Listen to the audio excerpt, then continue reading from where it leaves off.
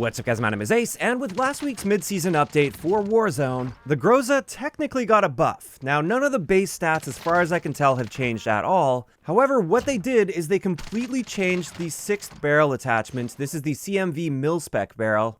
And surprisingly, this barrel actually does what it says it does, at least when it comes to the pros, not the cons. And what this means is it actually increases your damage to enemy players. So we're going to be taking a deep look at this barrel to see how much it improves the Groza, if at all. And also with this video, I wanted to directly compare the Groza with this new barrel to the FFAR to see if the Groza is actually better than the FFAR now.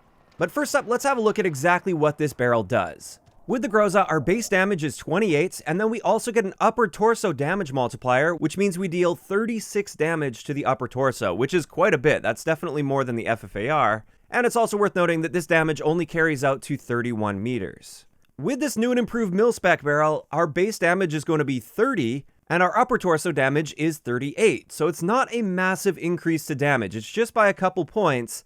And realistically speaking, this doesn't even really change the number of shots to kill in most situations where people have a nice round number of armor plates. So with no armor plates, still going to be a 3-shot kill. If the enemy has 1 armor plate, it will take you 1 less shot to kill to the upper torso, so 4 instead of 5. But then with 2 or 3 armor plates, the number of shots it takes to kill, this doesn't change with this Mil-Spec barrel, as long as all of the shots are hitting the upper torso. So it might not seem like this barrel is doing much, however, we're going to take a bit of a deeper look at it. One of the big things this barrel does, instead of reducing your damage range like it states that it does, it actually gives you an infinite damage range, as far as I can tell. I tested out to about 200 meters, and there was still no damage drop-off, and especially when you look at the bullet velocity of this gun, there is no way you're going to be realistically challenging gunfights beyond 200 meters, so at least effectively speaking, we have an infinite range value with this barrel.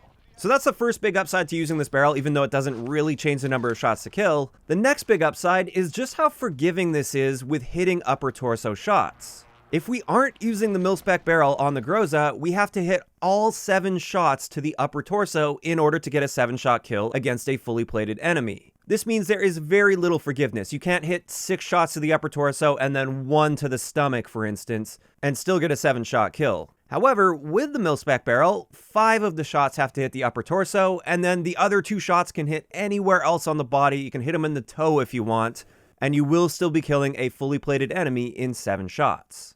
So there are really 2 main benefits to using this barrel. First up, it's more forgiving with those upper torso shots. You don't have to hit absolutely every shot to the upper torso. And then second, it has an infinite range, so it'll deal this damage out to infinity. And while this barrel technically has no downsides, at least that I've been able to discover at this point, technically speaking, there is one downside to using this, and that is it doesn't boost your bullet velocity at all, unlike a couple of the other barrels, which can boost your bullet velocity. And bullet velocity is an extremely important stat in Warzone, so that is one thing that holds this barrel back. Now, having said that, with the recoil that the Groza has, it's not really a long-range assault rifle anyway. It's simply got too much of a recoil jump for this to be effective at really long ranges against other guns that are designed more for accuracy. So the fact that this barrel doesn't boost our bullet velocity isn't really as important as an accurate gun that would be designed for longer ranges. And therefore, I do highly recommend using that CMV Mil-Spec barrel on the Groza if you're going to be using it, because in the situations where you should be using a Groza, this is actually going to help quite a bit.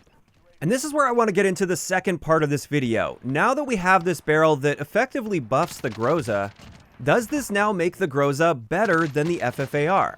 Well, let's just start off the comparison with damage. Again, we're going to be assuming the Groza has that Mil-Spec barrel on. This is what we're comparing to the FFAR. And we can see here the base damage is actually going to be equal here. However, for our upper torso damage, the Groza deals quite a bit more damage than the FFAR. And also, we have an infinite range with this barrel, whereas the FFAR drops off at 35 meters. You can also see here that assuming we're hitting all upper torso shots, the Groza with the Mil-Spec barrel takes 1 less shot to kill in all situations compared to the FFAR. However, this doesn't factor in rate of fire. The FFAR does fire much noticeably faster than the Groza does, and therefore I think it's more important to have a look at our time to kill values here. Which you can see here, if the enemy doesn't have armor, the Groza will kill faster than the FFAR when using that Mil-Spec barrel. However, when we start adding plates on, this is where that really fast rate of fire of the FFAR starts to catch up, and we do get a bit of a faster time to kill with the FFAR against 3 armor plates at 462 milliseconds compared to the 480 millisecond Groza with the Mil-Spec barrel. Now, this isn't a large time to kill discrepancy by any means. I would say these guns are both very competitive with each other when it comes to time to kill. But I did want to have another look at how forgiving things are when it comes to hitting those upper torso shots. So you can see here with the base Groza, 100% of your shots have to hit the upper torso in order to get that best time to kill available. Whereas with the Mil-Spec Barrel, like I said, you only have to hit 5 shots to the upper torso and 2 anywhere else, and therefore 62.5% of your shots have to hit the upper torso.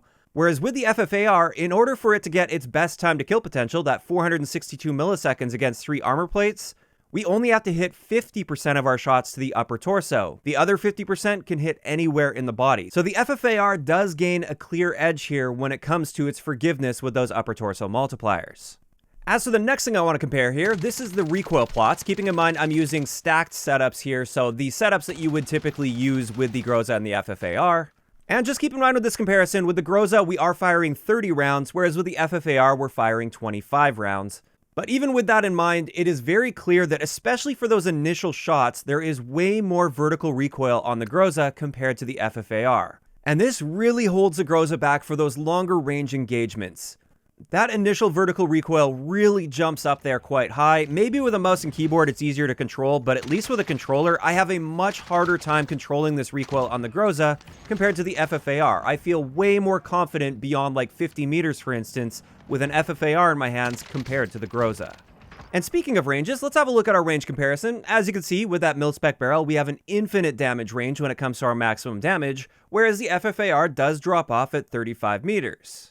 So within 35 meters, the FFAR has a time to kill advantage, whereas beyond 35 meters, this is where the Groza and the Mil-Spec Barrel gain that time to kill advantage. Having said this though, when it comes to the actual effectiveness at range, like I said, I feel way more confident hitting my shots with the FFAR compared to the Groza, so that does take away from the Groza a bit here.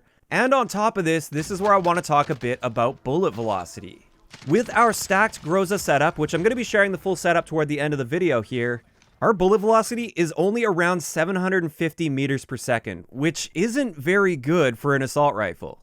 When we compare that to a stacked FFAR setup with the Ranger barrel, we get over 1,000 meters per second for our bullet velocity, so it's going to be more effective at hitting targets at longer ranges. And even if we're using the reinforced heavy barrel, which I sometimes use as well on the FFAR, we're still getting a bullet velocity of 900 meters per second, so still noticeably faster.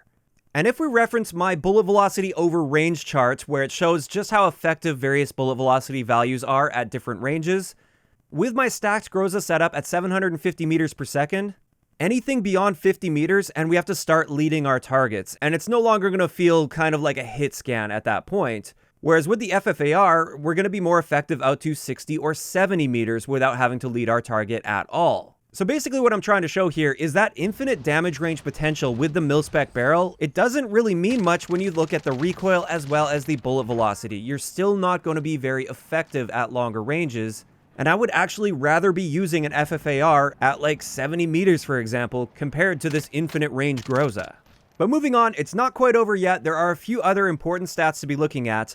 One of the upsides to using that Mil-Spec Barrel on the Groza is it helps with our strafe speed, and when we combine that with the 6th stock attachment compared to the FFAR with the 6th stock attachment, we actually strafe about 32% faster while aiming down sight with the Groza setup. So you can strafe side to side in a gunfight very, very quickly with the Groza, and that is one advantage to using that over the FFAR, although the FFAR is still extremely fast while doing that. Additionally, one other thing I wanted to look at is with my stacked setups, with the Groza, we get an aim down sight time of 300 milliseconds, which isn't bad for a stacked setup with a bunch of attachments on it. And when we compare that to my stacked FFAR build with a reinforced heavy barrel, it's 317 milliseconds, so just 1 frame slower at 60 FPS. And with the Ranger barrel, it's 2 frames slower at 60 FPS, or 334 milliseconds. So again, the Groza does gain a slight edge over the FFAR in this area. And that pretty much covers it for the comparison between the new and improved Groza with this barrel compared to the FFAR. As for my conclusion to all of this, I still think the FFAR is better. I don't think the Groza has now taken over the FFAR because of this new barrel. But at the same time, I do consider the Groza with this barrel to be more competitive than it used to be against an FFAR. And especially in close to mid-range fights, you can absolutely use this Groza setup and be successful against FFAR users. I'm not saying you're going to be better off than using an FFAR, but for those people that are really sick of just using the current meta since it's been around for a while now, At least now you can feel comfortable moving over to the Groza with this setup, and you can still reliably compete with FFAR users. There aren't too many guns in the game that can do that. So if you're just looking for some variety, give the Groza a shot. You're probably going to enjoy it a good amount, even though it's technically not quite as good as the FFAR. Now, of course, that is just my opinion. I'd like to know in the comments section below, after seeing all of this data, do you think the Groza is now better than the FFAR? Or do you still think the FFAR is on top? Just let me know those thoughts in the comment section down below. If you enjoyed the video, a like rating is always appreciated. And don't forget to subscribe for more if you haven't already. I'll talk to you guys next time.